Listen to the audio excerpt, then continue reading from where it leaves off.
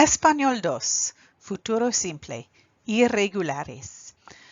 This is going to be a review of how to conjugate the future in general, but it is also going to specifically concentrate on the irregular verbs.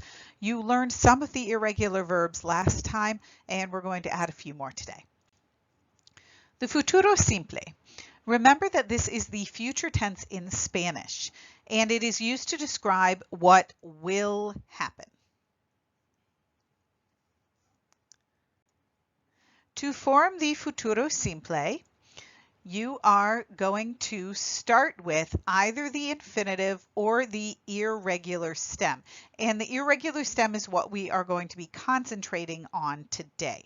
And really, I should probably put the irregular stem part first, because when you're deciding which one you're going to use, the first thing you're going to decide is whether or not it is irregular, so you know whether to use that stem or whether to use the infinitive. And then you are going to add the endings.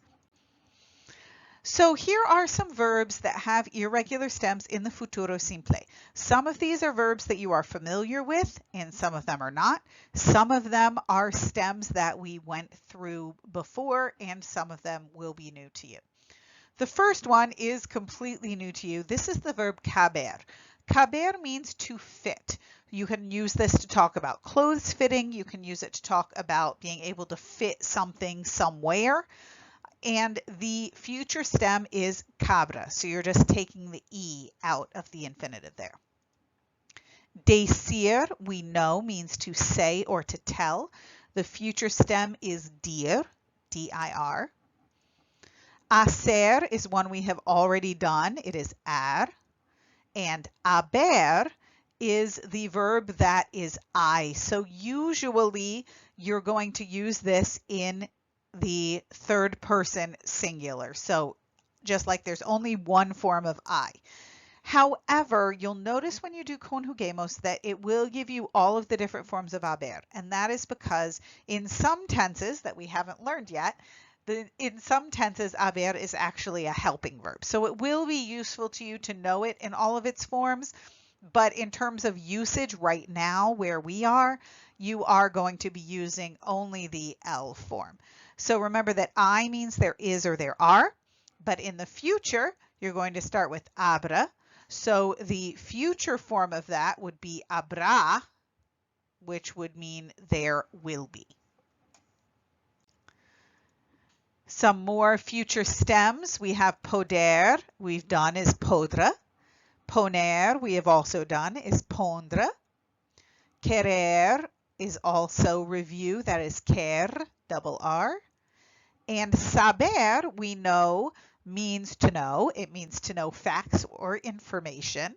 And the future stem for that is sabre, again, taking the E out. A few more, we have salir, we've done is saldre. Also review, tener is tendre. And valer is brand new. Valer means to be worth. So if you want to talk about how much something is worth or whether or not it's worth your time, valer is the verb that you are going to use. And the future stem is valdre.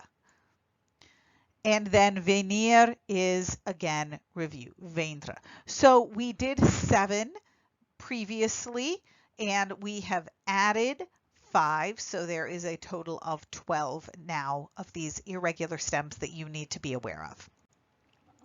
Remember that there is only one set of endings for the futuro simple. E, as, a, hemos, eis, an. And don't forget that these accents mean that that is where you are going to punch the word. Those accents are really important for pronunciation. Here are a few ejemplos using our irregulars. I will say is dire. So remember that to say is decir, right? And then the irregular stem is dir. And then I'm going to add the yo ending. So I get dire. Remember, I'm punching that second syllable because of the accent. There will be, we've already talked about, is habrá. This is the future form of I. We will do, Haremos. So we're taking the verb for to do, which is hacer, but the irregular stem is ar, and then adding our nosotros ending. And finally, the girls will know. Las muchachas sabrán. So again, taking saber, the irregular stem, and then adding our ending. So those are all of the irregulars that you need to know for now, and you will go do some conjugamos practice.